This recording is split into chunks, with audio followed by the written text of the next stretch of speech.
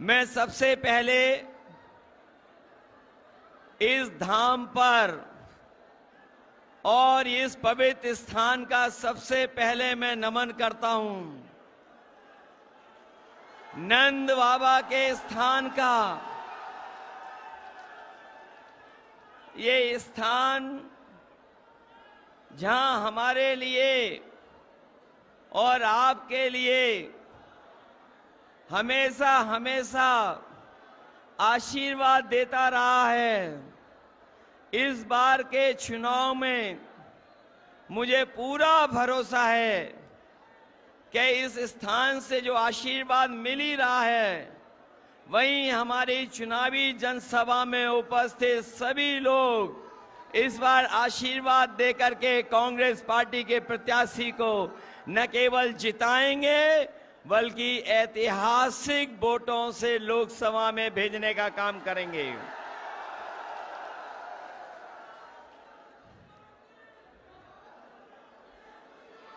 मैं देख रहा हूं कि जब से इंडिया गठबंधन के प्रत्याशी यहां चुनाव मैदान में आ गए हैं, तब से भाजपा ने अपनी पोटली अमेठी से बांध ली है और ये चुनाव ऐतिहासिक चुनाव होने जा रहा है, जहां एक तरफ अमेठी में अभिनय है, दूसरी तरफ हमारे जो कांग्रेस के प्रत्याशी हैं, जो अभिनय के मुकाबले में एक सीधे सादे विनय के रूप में आपके बीच में प्रत्याशी बने हैं, उनके बीच में चुनाव होने जा रहा है।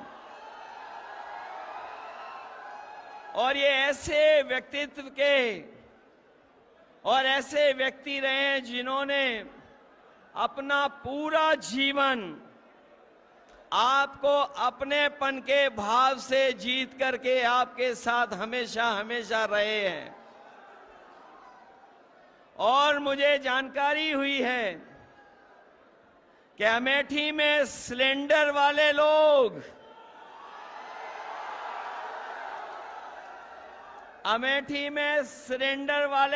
अब सरेंडर कर रहे हैं। और मुझे वो समय भी याद है जब अमेठी में मीठी चीनी के लिए कड़वा झूठ बोला गया था। याद है कि नहीं याद है? मीठी चीनी के लिए कड़वा झूठ बोला गया था और ये कड़वा झूठ बोलने वालों ने क्या आपको 13 रुपए किलो चीनी दी है क्या?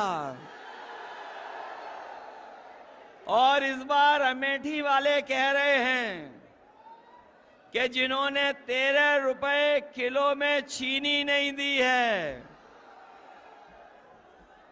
उसको अमेठी वाले वोट नहीं देने जा रहे हैं।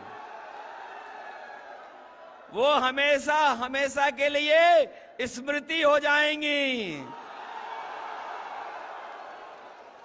ये अमेठी की आवाज दिल्ली लखनऊ तक पहुंच रही है और मुझे तो ये लगता है कि जब से कांग्रेस और समाजवादी पार्टी साथ आए हैं, गठबंधन बन गया है, उन्होंने अपनी बंबई वाली टिकट कटवा ली है और वो घबराए हुए हैं। ये एक पे एक नहीं है, ये 1 और 1 11 होकर के मुकाबला कर रहे हैं हम लोग। और जब 1 और 1 11 हो गए हैं तो भारतीय जनता पार्टी वाले 9-2-11 हो जाएंगे। बताओ 9-2-11 हो रहे हैं कि नहीं हो रहे हैं? और इन बीजेपी वालों की हर बात झूठी निकली कि नहीं निकली? इनके वादे झूठे थे कि नहीं थे? ये वही भारतीय जनता पार्टी के लोग हैं। याद करना किसान भाइयों, आपको अपने हक, अपनी पैदावार की कीमत के लिए आपको दिल्ली तक में जाकर के धरना देना पड़ा था। किसानों को उन्हें तकलीफ पहुंचाने के लिए इन्होंने सड़कों को बंद कर दिया था, सड़कों पे कीलें लगवा दी थी, ट्रैक्टर को, गाड़ियों को डीजल पेट्रोल नहीं भरने देते थे। लेकिन हम अपने किसानों को बधाई देंगे कि उन्होंने परवाह नहीं की और दिल्ली जाकर के दिल्ली घेर लिया और तब तक बैठे रहे जब तक काले कानून वापस नहीं हो गए। ये काले कानून के बहाने हमारे किसानों की पैदावार को लूटना चाहते थे, उनकी जमीन को कब्जा करना चाहते थे। ये काले कानून तो चले गए हैं, लेकिन अभी हमारे किसानों को जो उनका हक, जो अधिकार मिलना चाहिए था, वो सरकार ने नहीं दिया है। इस बार इंडिया गठबंधन और समाजवादी पार्टी ने तय किया है कि 4 जून के बाद जब सरकार बनेगी तो अपने किसानों को एमएसपी का कानूनी अधिकार दिला करके किसानों को खुशहाल बनाने का काम करेंगे। न केवल खुशहाल बनाएंगे उन्हें, बल्कि उनकी पैदावार से लेकर के अगर हमें किसी भी तरह की उनकी मदद करनी पड़ेगी तो इंडिया गठबंधन और समाजवादी पार्टी और कांग्रेस पार्टी मिलकर के अपने किसानों को सम्मान दिलाने का काम करेंगे। ये नौजवान अभी भूले नहीं है पेपर लीक। क्या आप लोग पेपर लीक भूल गए? कोई परीक्षा इस सरकार में हुई, सब परीक्षाएं रद्द हो गईं और लीक के बाद लीक हुए पेपर, सब पेपर लीक करा दिए। कोई एक पेपर लीक नहीं कराया, 10 से ज्यादा पेपर लीक कराए। और ये paper leak Bharatiya Janata party ने जानबूझ के कराए और इसलिए कराए कि उन्हें नौकरी न देनी पड़ जाए।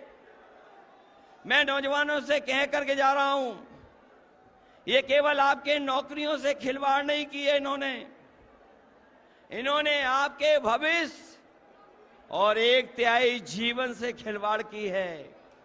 इसलिए जहां किसान तैयार है, वहीं हमारा नौजवान भी तैयार है। आप तैयार हो कि नहीं हो?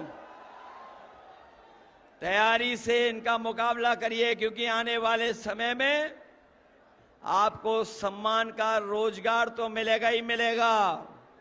और जो अधूरी नौकरियां पड़ी हुई हैं, खाली पड़ी हुई हैं नौकरियां सरकार की, सब नौकरियां भर करके इन नौजवानों को सम्मान का रोजगार और नौकरी देने का काम कांग्रेस और समाजवादी पार्टी करेगी। इसलिए आपसे हम निवेदन और अपील करने आए हैं। 4 चरणों का चुनाव खत्म हो चुका है, 4 चरणों का चुनाव खत्म हो गया है।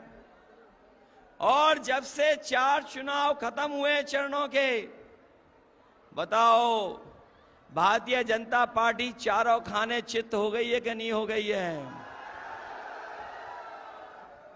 इनका रथ धस नहीं गया है, फंस गया है, अब निकलने वाला नहीं है। बताओ इनका रथ धस गया, फंस गया कि नहीं? और जो लोग 400 पार कह रहे थे, बताओ नारा भूल गए कि नहीं भूल गए? और सही मायने में जनता जानती है 400 पार का मतलब हुआ, ये 400 पार जो नारा दे रहे थे, ये भूल गए नारा के नहीं? और ये 400 पार इसलिए दे रहे थे क्योंकि 543 लोकसभा में ये 400 नहीं जीत रहे हैं, 400 पार, इसका मतलब 143 सीटें केवल जीत रहे हैं।